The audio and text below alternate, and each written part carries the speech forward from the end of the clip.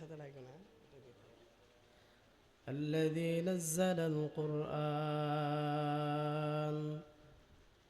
هدى للناس وبينات من الهدى والفرقان وخلق الإنسان وكرمه وعلمه من البيان ما لم يعلم فسبحان الذي لا يحصى امتنانه باللسان ولا بالقلم ونشهد أن لا إله إلا الله وحده لا شريك له ونشهد أن سيدنا وسندنا وحبيبنا وحبيب ربنا وطبيبنا وطبيب قلوبنا ومولانا محمدا عبده ورسوله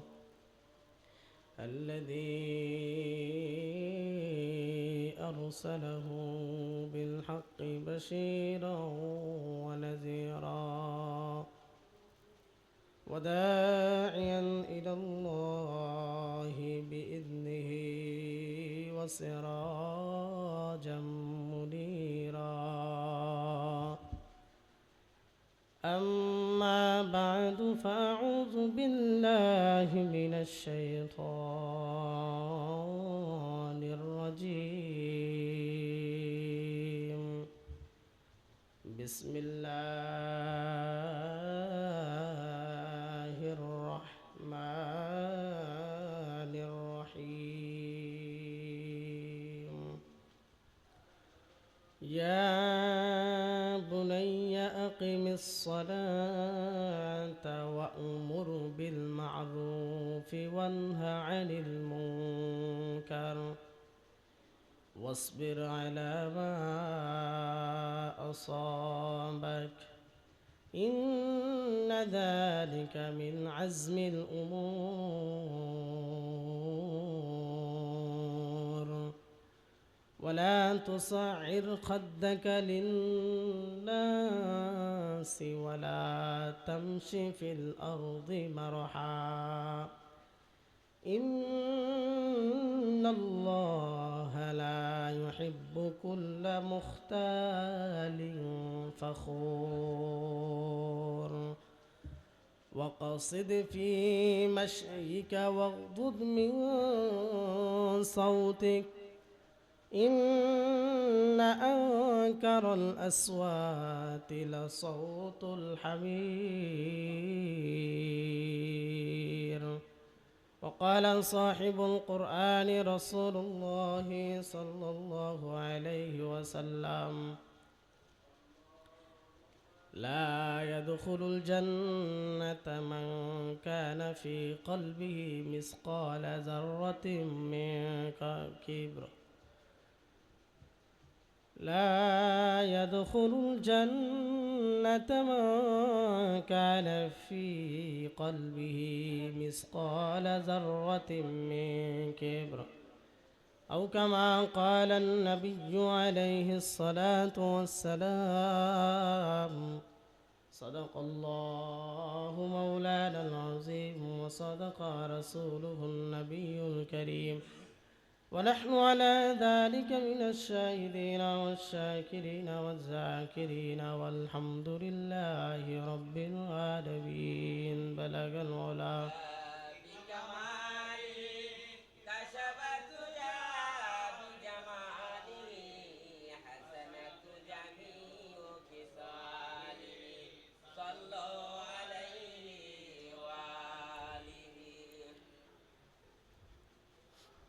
मुबारक हो ज़माने को के ख़त्मुल मुरसली आया मुबारक हो ज़माने को के ख़त्मुल मुरसली आया साहिब रहम बनकर रहमतल लिल आलमी आया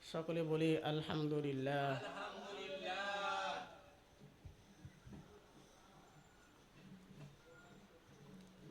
আমরা গত জুমায় আলোচনা করেছিলাম ছেলে সন্তানের প্রতি পিতামাতার দায়িত্ব। ছেলে সন্তানের প্রতি দায়িত্ব, এক নাম্বার দায়িত্ব ছিল ছেলে সন্তান যখন জন্মগ্রহণ করবে তখন তার ডান কানে আজান, বাম কানে একামত দেওয়া। এটা হচ্ছে ছেলে সন্তানের প্রতি পিতামাতার কর্তব্য। 2 নাম্বার, ওই ছেলের জন্য একটি ইসলামিক নাম, অর্থবোধক নাম রাখা। 3 নাম্বার বলেছিলাম যদি ছেলে হয় ছেলের নামে 2টি ছাগল অথবা বকরি কি করবে, আকিকা দিবে। মেয়ে হলে মেয়ের নামে 1টি। 4 নাম্বার বলেছিলাম দ্বীনি শিক্ষা দেওয়া। কি শিক্ষা দেওয়া? দ্বীনি শিক্ষা দেওয়া। 5 নাম্বার বলেছিলাম মা বাবা ছেলে সন্তানের প্রতি সুন্দর আচরণ করা। কি আচরণ করা? সুন্দর আচরণ করা। এই 5টি বিষয় ছিল। আজকের আলোচনার বিষয়বস্তু হচ্ছে ছেলে সন্তানকে কিভাবে পরিচালনা করলে ছেলে সন্তান মানুষ হবে, আদব বলা হবে, আপনার কথা শুনবে। এমন কিছু গুণ আছে যে গুণটা আপনি আপনার ছেলে সন্তানদেরকে বললে করালে সেই ছেলে সন্তান আপনার কথা কি শুনতে বাধ্য। জীবনের যত সঞ্চয়, যত উপার্জন, দিন শেষে সবকিছু কার জন্য? পরিবারের জন্য। কার জন্য? পরিবারের জন্য। এখন পরিবারে যদি আপনার কথা না শোনে তাহলে কষ্টটা কি কম লাগতে পারে? পরিবারে যদি কথা না শোনে আপনার কষ্টটা আকাশ পরিমাণ কষ্ট। কারণ আমি না খাইয়ে আমার পরিবারে খাওয়াই, রোদে বৃষ্টিতে রাস্তাঘাটে নিজের শরীরের ঘাম ঝরিয়ে যাদের জন্য করি সব করি পরিবারের জন্য। পরিবারে যদি আমার কথা না শোনে তাহলে আমার সকল কষ্ট কি বৃথা। এদিনেও বৃথা যাবে ছেলে সন্তান যদি মানুষ না হয়, পরকালও ওই যে বললাম মা বাবার নামে কি দিবে? মামলা দায়ের করবে।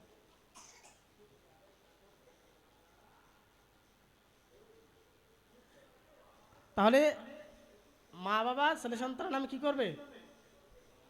না, ছেলে সন্তান মা বাবার নামে মামলা দায়ের করবে। ওয়াকালু রব্বানা ইন্না আতানা সাদাতানা ওয়া কুবারানা ফাদাল্লুনা সাবিলা। যে আমরা অনুসরণ করার ক্ষেত্রে মা বাবাকে অনুসরণ করছি, বড় যারা অভিভাবক ছিল তাদেরকে অনুসরণ করছি, তারা আমাদেরকে সেভাবে পরিচালনা করে নাই। অতএব দোষ আমাদের নয়, দোষ হচ্ছে আমার অভিভাবক, আমার মা বাবার। অতএব রব্বানা আতিহিম দিআফাইনি মিনাল আযাব, আল্লাহ আপনি তাদেরকে কঠিন লাঞ্ছনাজনক আযাব দেন। কে বলবে এগুলো? সন্তানরা বলবে। ওয়াল আনহুম লানান কাবীরা, শুধু আযাব না, এমন ধ্বংস করেন যেটার চেয়ে হিংসাত্মক ধ্বংস আর কোনোটা হতে পারে না। দুনিয়াতে ছেলে সন্তানের মায়ের পর হয়তো মনে করতেছেন আমার ছেলে জীবন আমার বিরুদ্ধে দাঁড়াবে না, আমার ছেলে আমার বিরুদ্ধে জীবনও দাঁড়াবে না। আল্লাহ কয় না, দাঁড়াবে। ওই যে ওমর রাদিয়াল্লাহু তাআলা আনহুর কাছে বাবা গেছে ছেলের অভিযোগ নিয়ে, গত জুমে বলছিলাম। তো অভিযোগ নিয়ে যাওয়াতে ছেলে বলে আচ্ছা ঠিক আছে বাবার কথা আমি শুনবো, শোনা আমার কর্তব্য। এখন আমার কয়েকটা অভিযোগ আছে বাবার নামে। কি? আমার বাবা যে নারীকে বিবাহ করছে, আমার যিনি মা তিনি ছিল মূর্তি পূজা, দাস ছিল, তাকে বিয়ে করছে, তার চরিত্র ঠিক ছিল না, বেপরদা নারী। 2 নাম্বার, আমার এমন নাম রাখছে যেটা ইসলামের মধ্যে কি পড়ে না। 3 নাম্বার, আমার বাবা আমারে দিন শিক্ষা দেয় নাই। অতএব বাবার আগে ধরেন। তখন ওমর রাদিয়াল্লাহু তাআলা আনহু বলছে হ্যাঁ বাবা আপনি তো আটকে গেলেন, দোষ তো ছিলেন না, দোষটা আপনার, আপনি ছেলেকে ওইভাবে পরিচালনা করতে পারেন নাই, উপায় থাকবে না। তাহলে ছেলে সন্তানদেরকে মানুষ করার ব্যাপারে আমাদেরকে সতর্ক থাকতে হবে। আজকে আসেন, খুব সুন্দর কথা, লোকমান হাকিম নাম শুনছেন? হ্যাঁ, লোকমান হাকিম প্রসিদ্ধ একজন ব্যক্তির নাম। উনি ওনার ছেলেকে শিক্ষা দিয়েছে তার শিক্ষাটা এতটাই পছন্দ হয়েছে আল্লাহ তাআলার কাছে যে লোকমানের হাকিমের শিক্ষার ঘটনা ছেলে বাবা এবং ছেলের ঘটনা আল্লাহ তাআলা নিজে কোরআন নাযিল করে দিয়েছে। সুবহানাল্লাহ বিহামদি। আরো জোরে বলেন সুবহানাল্লাহ। মোট কথা, ছেলেকে দেওয়া বাবার শিক্ষাটা আল্লাহ তাআলার কাছে এতটাই ভালো লেগেছে যে কোরআনে ওই শিক্ষাটা আল্লাহ তাআলা তুলে ধরেছে, যাতে করে পুরো মুসলমান জাতি, পুরো দুনিয়ার মানুষ লোকমান হাকিমের শিক্ষা থেকে ছেলে সন্তানদেরকে মানুষ করার জন্য কি হয়ে যায়, সহজ হয়ে যায়। তো লোকমান হাকিমের সেই ঘটনায় আমরা কোরআন থেকে পড়ব। খুব চমৎকার। কোনো বাবা মা যদি চায় যে আমি তো আমার ছেলে সন্তানকে মানুষ করতে পারতেছি না, ছেলে সন্তান কথা শোনে না, ঠিক আছে, তাহলে আমাদের ত্রুটি আছে। আমাদের কি আছে? ত্রুটি আছে। আল্লাহ পাক রব্বুল আলামিন আমার তেলাওয়াতকৃত আয়াতের মধ্যে বলেন, ইয়া বুনাইয়া আকিমিস সালাতা ওয়া'মুর বিল মারুফি ওয়ানহা আনিল মুনকার। আল্লাহ পাক রব্বুল আলামিন বলেন, হে দুনিয়ার মানুষ, তোমরা ওই দিনটাকে স্মরণ করো যেদিন লোকমান হাকিম তার ছেলেকে বলেছিল, বাবা, ইয়া বুনাইয়া আকিমিস সালাতা ওয়া'মুর বিল মারুফ ওয়ানহা আনিল মুনকার। হে বৎস, হে আমার পুত্র, তুমি আল্লাহ পাক রব্বুল আলামিনের নামাজ আদায় করো। কি আদায় করো? এই কি আদায় করো? নামাজ আদায় করো। এক নাম্বার, লোকমান হাকিম তার ছেলেকে কি শিক্ষা দিছে? জোরে বলেন, লোকমান হাকিম তার ছেলেকে এক নাম্বার কি শিক্ষা দিছে? কথা বলো না, জোরে বলেন, কি আদায়? নামাজ আদায় করো।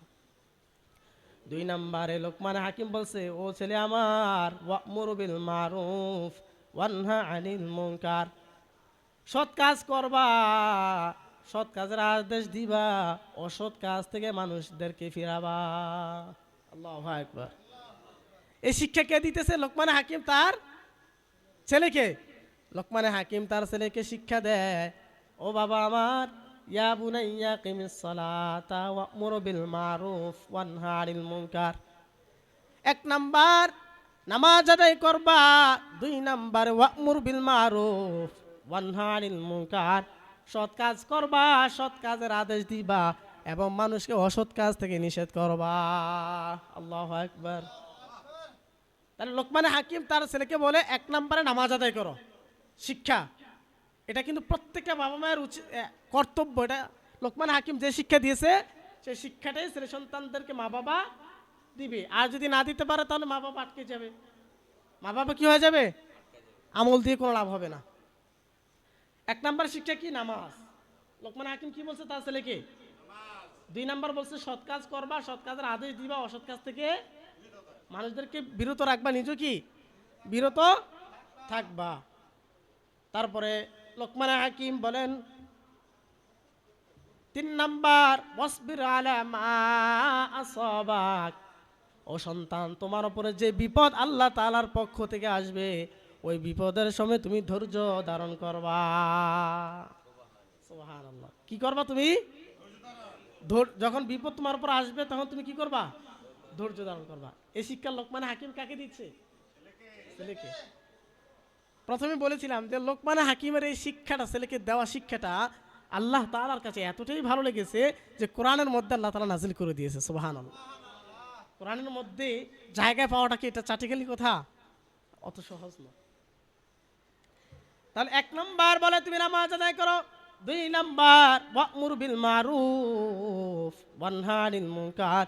সৎ কাজের আদেশ দিবা, সৎ কাজ নিজে করবা এবং মানুষদেরকে অসৎ কাজ থেকে নিষেধ করবা, নিজেও বিরত থাকবা। তিন নাম্বারে, ওয়াসবির আলা মা আসাবাক। যখন তোমার উপরে বিপদ আসবে তখন বিপদের সময় তুমি ধৈর্য ধারণ করবা। কি ধারণ করবা? তাহলে কয়টা শিক্ষা পাইলাম? তিনটা। তারপরে লোকমান হাকিম বলে, ইন্না যালিকা মিন আজমিল উমুর। ও ছেলে আমার, অতীতের এই তিনটা শিক্ষা বড় দৃঢ় সংকল্পের কাজ। এটা যে কেউ চাইলে কি পারবে? এটা একটা খুব সূক্ষ্ম কাজ, কঠিন এবং কি সূক্ষ্ম কাজ। এই কাজটা যে কেউ চাইলে পারবে না। যদি করতে পারো তাহলে তোমার কি সফলতার পথ খোলা। তাহলে কয়টা পেলাম শিক্ষা? সামনে আরো আসতেছে। 3 নাম্বার, 4 নাম্বার বলেন ওয়ালা তুসাইর খাদ্দাকা লিন্নাস ওয়ালা তামশি ফিল আরদি মারহা। প্রথমত এখানে ইন্না যালিকা মিন আজমিল উমুর, এই যালিকা শব্দ দ্বারা মুফাসসিরিন ইকরামের মতে ইবনে কাসির একটি ব্যাখ্যা এসেছে, জালিকা দ্বারা আল্লাহ তাআলা বুঝিয়েছেন ওই কাজ। কোন কাজ? নামাজ পড়া, সৎ কাজ করা এবং অসৎ কাজ থেকে মানুষদেরকে নিষেধ করা। এবং কোন কোন মুফাসসিরিন ইকরামের মতে বলতেছে না, এই জালিকার মার্জা হচ্ছে ধৈর্য ধারণ করা, ধৈর্য ধারণ করা, ওয়াসবিরের দিকে এটা মার্জাটা কি ফিরেছে। অর্থাৎ জালিকা দ্বারা বোঝানো হয় উহা সেটি, উহা সেটি, কাছের জন্য হাদা হাজিহি, দূরের জন্য জালিকা তিলকা। আমরা যখন কাছের বুঝাই যে এইটা, এটাকে আরবিতে বলে কি হাদা হাজি, দূরে কোনো জিনিস বুঝালে বলে জালিকা তিলকা। দেখেন জালিকা দ্বারা অতীতের কাজ অর্থাৎ নামাজ, সৎ কাজ করা, অসৎ কাজ থেকে নিষেধ করা, বিপদের সময় ধৈর্য ধারণ করা। এর মধ্যে কেউ কেউ বলেন এখান দ্বারা বোঝানো হয়েছে নামাজ এবং সৎ কাজ করা, অসৎ কাজ থেকে নিষেধ করার কথাটা বোঝানো হয়েছে জালিকা দ্বারা বলে। আবার কেউ কেউ বলেন যে না, এখানে ওয়াসবির আলা মা আসাবাক, জালিকার মার্জা গিয়েছে ধৈর্য ধারণ করবা। এই 3টা কাজে কিন্তু কি কঠিন, এই কঠিন কাজগুলো যদি তুমি করতে পারো তাহলে তুমি কি পাবা? সফলতা পাবা। এরপর লোকমান হাকিম বলেন 4 নাম্বার ছেলেকে শিক্ষা দিতেছে ওয়ালা তুসাইল খাদ্দাকা লিন্নাস ওয়ালা তামশি ফিল আরদি মারহা। ও ছেলে আমার, মানুষের কাছ থেকে তুমি তোমার মুখটাকে ফিরিয়ে নিবা না। একজন মানুষের সাথে তোমার মিলে না, মতের মিল নাই, কিন্তু বান্দা তুমি তার দিকে তাকাও না, বরং সে তোমার দিকে তাকাইলে তুমি তার দিকে ফিরে চাও না। অহংকার ভাব ভাবে কারো কাছ থেকে তোমার মুখে তুমি ফিরে আনিবা না। এই ব্যারাম কি আসেনি সমাজে? হ্যাঁ জোরে কন। তার সাথে আমার মিল নাই, চলে না, তার দিকে তাকাইলাম না, সে কথা বলতেছে আমি আমার দিকে তাকিয়ে আছি, তার দিকে আমি তাকাইলাম না, মানে একটা অহংকার, তার দেখতে পারি না, তার লাগে আমার বনে না, এ কথা কয়, অন্যদিকে ফিরে কি কথা বলে। তো লোকমান হাকিম বলতেছে ওয়ালা তুসাইল খাদ্দাকা লিন্নাস, মতের মিল হলে অমিল হলে কোনো বান্দার থেকে তুমি তোমার মুখটাকে ফিরে নিবা না। লোকমান হাকিম তার ছেলেকে শিক্ষাটা দিতেছে বাবা, যত রাগারাগি হোক, যত হিংসা হোক, যত ঝগড়া হোক, কোনো সময় এই অহংকার ভাব নিয়ে মানুষের কাছ থেকে তুমি তোমার মুখটাকে ফিরে নিবা না। 5 নাম্বার আল্লাহ পাক রব্বুল আলামিন কোরআনের মধ্যে লোকমান হাকিমের শিক্ষা বলে দিচ্ছেন ওয়ালা তামশি ফিল আরদি মারহা। ও ছেলে, দুনিয়াতে যখন চলাফেরা করবা অহংকার এবং দাম্ভিকভাবে কখনো দুনিয়ার জমিনে চলাফেরা করবা না। আল্লাহু আকবার। অহংকার এবং দাম্ভিকভাবে দুনিয়ার জমিনে, দেখছেন সমাজের সবচেয়ে বড় ভাইরাস কিন্তু এগুলাই, ঠিক নি? এগুলা না, এগুলা কি না? 1 নম্বরে বলছে যে তুমি, লোকমান হাকিম তার ছেলেকে বলছে তুমি নামাজ আদায় করো। 2 নাম্বার সৎ কাজ করো, অসৎ কাজ থেকে মানুষদেরকে নিষেধ করো। 3 নাম্বার বলছে ধৈর্যের সময় ধৈর্য ধারণ করে আল্লাহর উপর ভরসা রেখে চলো। 4 নাম্বার বলছে ওয়ালা তুসাইর খাদ্দাকা লিন্নাস, মানুষের কাছ থেকে তোমার মুখকে তুমি ফিরিয়া নিবা না। 5 নাম্বার বলা হয়েছে ওয়ালা তামশি ফিল আরদি মারহা, ছেলে দুনিয়ার জমিনে যখন চলবা নত হয়ে চলবা, নম্রভাবে চলবা, তোমার চলা দেখে যেন মনে না হয় যে তুমি অহংকার দাম্ভিকতাভাবে চলতেছ। এখানে ওয়ালা তুসাইর, সাইর শব্দ দ্বারা এখানে বোঝানো হয়েছে ওট চিনেন? ওট, আমার দিকে তাকান, ওট চিনেন তো? ওটার ঘাড়ে বা মাথায় দেখবেন একটা গম্বুজের মতো একটা অংশ আছে। এটার কারণে ওটার ঘাটটা একটু কি থাকে, বাঁকা থাকে। কি থাকে? বাঁকা থাকে। তো সাইর শব্দের দ্বারা বোঝানো হয়েছে তুমি তোমার মুখটাকে বাঁকা করবা না, তুমি তোমার মুখটাকে মানুষের কাছ থেকে অহংকার ভাবে ফিরাইয়া নিবা না। 5 নম্বরে বলছেন ওয়ালা তামশি ফিল আরদি মারহা, ছেলে আমার, আল্লাহর দেওয়া জমিন, আল্লাহর দেওয়া সব, মাটি থেকে আসছো, মিনহা খলাকনাকুম ওয়া ফিহা নুঈদুকুম ওয়া মিনহা নুখরিজুকুম তারাতান উখরা। এই মাটি থেকে আমি আল্লাহ তাআলা তোমাদেরকে সৃষ্টি করেছি, আবার এই মাটির ভিতরে তোমাদেরকে নিয়ে আসবো। আবার কাল কিয়ামতের দিন এই মাটি থেকে আমি আল্লাহ তাআলা তোমাদেরকে বাহির করব। মাটির মানুষ, অহংকার দাম্ভিকতা তোমার দ্বারা সাজে না, কারণ তুমি এক টাকার মোমবাতির আগুন তোমার সহ্য করার ক্ষমতা নাই। মাটির মানুষ, তোমার কত শক্তি, তোমার কত বাহাদুরি, একটা ছোট্ট গর্তের পিপিলিকার কামড় তুমি সহ্য করতে পারো না রে বাবা। শুধু তাই না, 1 টাকা দামের একটা শুয়ের আগা যদি তোমার হাতের মধ্যে বিঁধে যায় বান্দা, তুমি সহ্য করতে পারো না। সুতরাং মাটির মানুষ দ্বারা অহংকার কোনোদিন সাজে না, ঠিক কিনা বলেন? ফেরাউনের লাশটা দেখো মিশর জাদু ঘরে, খায় না মাছি পোকামাকড় সবাই ঘৃণা করে। ফেরাউনের লাশটা দেখো মিশর জাদু ঘরে, খায় না মাছি পোকামাকড় সবাই ঘৃণা করে। ঠিক নি? বড়র বড়াই করলে দিলে রহমত আসবে না, বড়র বড়াই করলে দিলে রহমত আসবে না, নিজেকে নিজে ছোট মনে করিও সদা। ঠিক নি? যদি নিজেকে নিজে ছোট মনে করা হয় তাহলে আল্লাহ তাআলা বান্দা কি করে দেয়? উঠে দেয়। হৃদয় যার থাকিবে তার নম্রতা সদা, রহমত আসিবে সেথায় প্রভুর ওয়াদা। ভোগ বিলাসের বাড়ি গাড়ি পরে রবে সব, ভোগ বিলাসের বাড়ি গাড়ি পরে রবে সব, থাকতে সময় স্মরণ কর আল্লাহ আমার রব, থাকতে সময় স্মরণ করো আল্লাহ আমার রব। বলেন আমাদের রবকে। ফেরাউন কত অহংকার করেছে আর কত দাম্ভিকভাবে দুনিয়ার জমিনে ছিলেন, আজকে দুনিয়াতে নাই, দুনিয়ার জমিনে আছে। একটা পোকামাকড় মাছি পর্যন্ত তাকে ছুঁয়ে দেখে না। দুনিয়ার মানুষের কাছে, দুনিয়ার মাখলুকের কাছে অহংকারের কারণে তাকে এতটা ঘৃণিত আল্লাহ তাআলা বানিয়ে দিয়েছেন। নাউজুবিল্লাহ। তাহলে লোকমান হাকিম বলে, ও ছেলে, ওয়ালা তামশি ফিল আরদি মারহা, দুনিয়ার জমিনে চলা অবস্থায় কখনো অহংকার ভাব নিয়ে চলিও না, অহংকার ভাব নিয়ে চলিও না। 6 নাম্বার আল্লাহ পাক তারপর আয়াতে বলেন, ইন্নাল্লাহা লা ইউহিব্বু কুল্লা মুখতালিন ফাখুর, আল্লাহ তাআলা অহংকার দাম্ভিক মানুষদেরকে পছন্দ করেন না। অহংকার এবং দাম্ভিক মানুষদেরকে আল্লাহ তাআলা পছন্দ করেন না। 6 নাম্বার আল্লাহ পাক বলেন, ওয়াকসিদ ফি মাশিকা ওয়াকদিদ মিন সাউতিক, ও ছেলে আমার, ওয়াকদিদ ফি মাশিকা ওয়াকদিদ মিন সাউতিক, তুমি তোমার আওয়াজকে, তুমি তোমার কণ্ঠকে নিচু রাখো, তুমি তোমার কণ্ঠকে নিচু রাখো।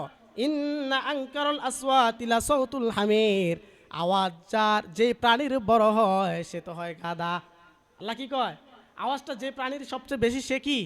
গাধা। গাধার আওয়াজ কিন্তু অনেক বেশি বিকট আওয়াজ হয়। কি হয়? বিকট আওয়াজ হয়। তো লোকমান হাকিম তার ছেলেকে শিক্ষা দিয়ে বলে, ওয়াকসিদি ফি মাশিকা ওয়াকদুদ মিন সাউতিক, চলাফেরা অবস্থায় বান্দা মধ্যম পন্থা অবলম্বন করবা এবং তোমার আওয়াজ যেন কখনো উঁচু না হয়, নিচু করে নম্রভাবে তুমি তোমার জীবন যাপন করবা, মধ্যম পন্থা অবলম্বন করবা।